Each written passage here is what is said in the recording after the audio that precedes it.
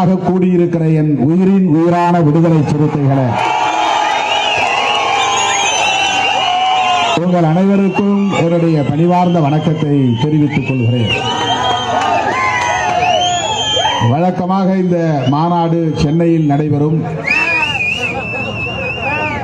திருச்சி, அரியலூர் ஆகிய இடங்களில் கடந்த காலங்களில் நடந்திருக்கிறது. இந்த முறை தோழர்கள் ஒட்டஞ்சத்திரத்தில் தான் நடத்துவோம் என்று பிடிவாதமாக என்னிடத்திலே ஒப்புதலை பெற்றார்கள். ஒட்டஞ்சத்திரத்தில் பல்வேறு கோரிக்கைகள் உள்ளன. அந்த கோரிக்கைகளை எல்லாம் ஒரு மாநாட்டை கூட்டி தீர்மானம் நிறைவேற்ற வேண்டும் என்கிற அடிப்படையில் இந்த பெருமுயற்சியை தோழர்கள் முன்னெடுத்திருக்கிறார்கள். இந்த மாநாடு வெற்றிகரமாக அமைவதற்கு, சிறப்பாக நடந்தேறுவதற்கு திராவிட முன்னேற்ற கழகம் உள்ளிட்ட நமது தோழமை கட்சிகளின் தலைவர்கள், மாவட்ட அளவிலான தலைவர்கள், அமைச்சர் பெருமக்கள், சட்டமன்ற உறுப்பினர்கள் முழுமையான ஒத்துழைப்பை நல்கியதற்கு முதலில் என்னுடைய நெஞ்சார்ந்த நன்றியை உரித்தாக்குகிறேன். இது தேர்தல் நேரம். ஜூன் 4ஆம் தேதி தேர்தல் முடிவுகள் வெளிவர இருக்கின்றன. இந்திய அளவில் அரசியல் மாற்றம் நிகழ இருக்கிறது. தமிழகத்திலிருந்து தமிழக முதல்வர் மாண்புமிகு அண்ணன் தளபதி அவர்களின் தலைமையில் முன்னெடுக்கப்பட்ட ஒரு மகத்தான முயற்சி இந்திய அளவிலே இந்தியா என்கிற பெயரில் ஒரு கூட்டணி அமைந்ததை நாம் அறிவோம். அந்த கூட்டணியில் 28 கட்சிகள் இடம்பெற்றுள்ளன. அந்த 28 கட்சிகளுள் திராவிட முன்னேற்ற கழகத்தின் தலைமையில் இடம்பெற்றுள்ள கூட்டணி கட்சிகள் அனைத்தும் இடம்பெற்றுள்ளன. அந்த வகையில் விடுதலை சிறுத்தைகள் கட்சியும் இந்தியா கூட்டணியில் ஒரு அங்கம் என்பதில் நமக்கெல்லாம் பெருமை. இந்தியா கூட்டணி ஆட்சி அமைக்கும் என்கிற எதிர்பார்ப்போடு நாம் எல்லாம் காத்திருக்கிறோம். நாம் மட்டுமல்ல, நாட்டு மக்கள் அனைவரும் காத்திருக்கிறார்கள். 10 ஆண்டு கால பாஜக அரசு அனைத்து தரப்பு மக்களுக்கும் எதிரான ஒரு அரசாக இயங்கி இருக்கிறது என்பதை இன்றைக்கு பிஜேபிக்கு வாக்களித்த பொதுமக்கள் உணரத் தொடங்கி இருக்கிறார்கள். ஆகவே இந்த தேர்தலில் தீர்ப்பை திருத்தி எழுத போகிறார்கள் என்பதுதான் உண்மை. அது நிகழப்போகிறது. தமிழ்நாட்டை பொறுத்தவரையில் 40 இடங்களிலும் திராவிட முன்னேற்ற கழகத்தின் தலைமையிலான கூட்டணி தான் வெற்றி பெறும். அதிலே யாருக்கும் எந்த மாற்று கருத்தும் இல்லை, எந்த ஐயமும் இல்லை.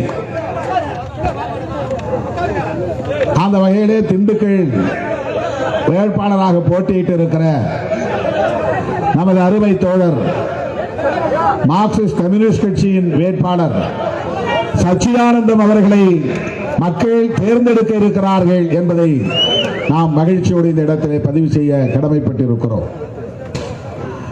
விடுதலை சிறுத்தைகள் கட்சி போட்டியிட்டு இருக்கிற 2 இடங்களிலும், சிதம்பரம் மற்றும் விழுப்புரம் ஆகிய 2 இடங்களிலும் ஆணை சின்னத்திலே தோழமை கட்சிகளின் பேராதரவோடு நாம் வெற்றி பெற இருக்கிறோம்.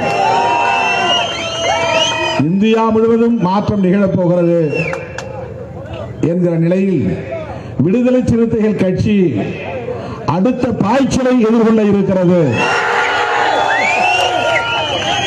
நாம் திருச்சிராப்பள்ளியில் நடத்திய வெல்லும் ஜனநாயக மாநாட்டில், அந்த மாநாட்டின் அறிவிப்பிலேயே நாம் போட்டிருந்த பதிவு செய்திருந்த முழக்கம் சிறுத்தைகளின் அடுத்த பாய்ச்சல். சிறுத்தைகளின் அடுத்த பாய்ச்சல் என்ன என்பதை ஜூன் 4ஆம் தேதி தேர்தல் முடிவு வருகிற போது நாடு அறியும். வேறொன்றும் இல்லை.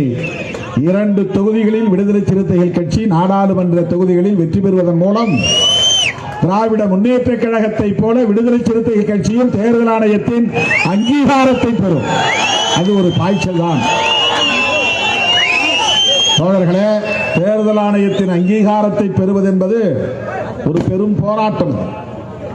அவ்வளவு எளிதாக அந்த நிலையை அடைந்துவிட முடியாது. தனிப்பட்ட முறையிலே ஒரு கட்சியாக நின்று தேர்தல் களத்தில் வெற்றி பெற்று ஆட்சியை பிடிக்கிற வலிமை தமிழ்நாட்டில் திமுக, அதிமுக என்கிற இரண்டு கட்சிகளுக்கு மட்டும்தான். இதை நாம் அனைவரும் ஒப்புக்கொள்ள வேண்டும், ஒப்புக்கொள்ள வேண்டிய உண்மையும் கூட. பல கட்சிகள் திமுகவோடு அல்லது அதிமுகவோடு இணைந்து நிற்கிற போதுதான்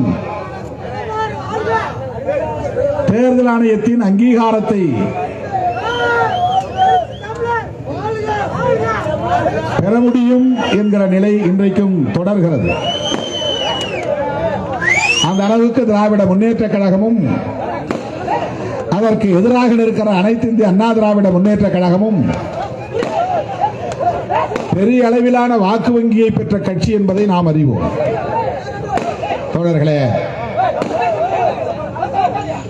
அந்த இரு கட்சிகளும் இங்கே 50 ஆண்டுகளுக்கு மேலாக வலிமையோடு இருந்ததால் தான் பாரதிய ஜனதா போன்ற பிற்போக்கு சக்திகள் இங்கே காலூன்ற முடியவில்லை என்பதையும் நாம் நினைவிலே கொள்ள வேண்டும். வட இந்திய மாநிலங்களிலே பாரதிய ஜனதா கட்சி மிக இயல்பாக மக்களை ஏய்க்க முடிகிறது, ஏமாற்ற முடிகிறது, அவர்களால் அங்கே காலூன்ற முடிகிறது, மாநில அரசுகளையும் அவர்களால் உருவாக்க முடிகிறது. ஆனால் 1984 இருந்து பாரதிய ஜனதா கட்சி படிப்படியாக வளர்ச்சியடைந்து வந்தாலும் கூட 2001 தான் முதலாக திராவிட முன்னேற்ற கழகத்தோடு அவர்கள் தமிழ்நாட்டிலே கூட்டணி அமைக்க முடிந்தது. அதிலிருந்து கணக்கு வைத்துக் கொண்டால் கூட 4 நூற்றாண்டு காலமாக பாரதிய ஜனதா கட்சி தமிழ்நாட்டில் காலூன்றுவதற்கு பகீரத முயற்சிகளை எல்லாம் மேற்கொண்டு வந்திருக்கிறது. இந்த 4 நூற்றாண்டு காலத்தில் அவர்களால் இந்த மண்ணிலே காலூன்ற முடியவில்லை, ஒரு சக்தியாக அவர்களால் அங்கீகாரம் பெற முடியவில்லை. இப்போது கலைஞர் இல்லை, ஜெயலலிதா அம்மையார் இல்லை என்கிற நிலையில மிக இலகுவாக திமுகவை வீழ்த்திவிட முடியும், அதிமுகவை இல்லாமல் அழித்தொழித்து விட முடியும் என்று கணக்கு போட்டார்கள். அவர்களின் கணக்கு தப்பு கணக்கு என்பதை கடந்த 2019 தேர்தலும் உணர்த்தியது, 2021 சட்டமன்ற தேர்தலும் உணர்த்தியது. இப்போது அவர்களுக்கு மிகப்பெரிய அளவிலே 2024 ஆண்டு நடைபெற்று இருக்கிற இந்த நாடாளுமன்ற பொதுத் தேர்தலும் பாடம் புகட்ட இருக்கிறது. பாரதிய ஜனதாவுக்கு தமிழ்நாட்டிலே வேலை இல்லை, திரும்பி போ என்று திருப்பி அனுப்புகிற ஒரு தேர்தல் முடிவாக ஜூன் 4 வரை இருக்கிறது.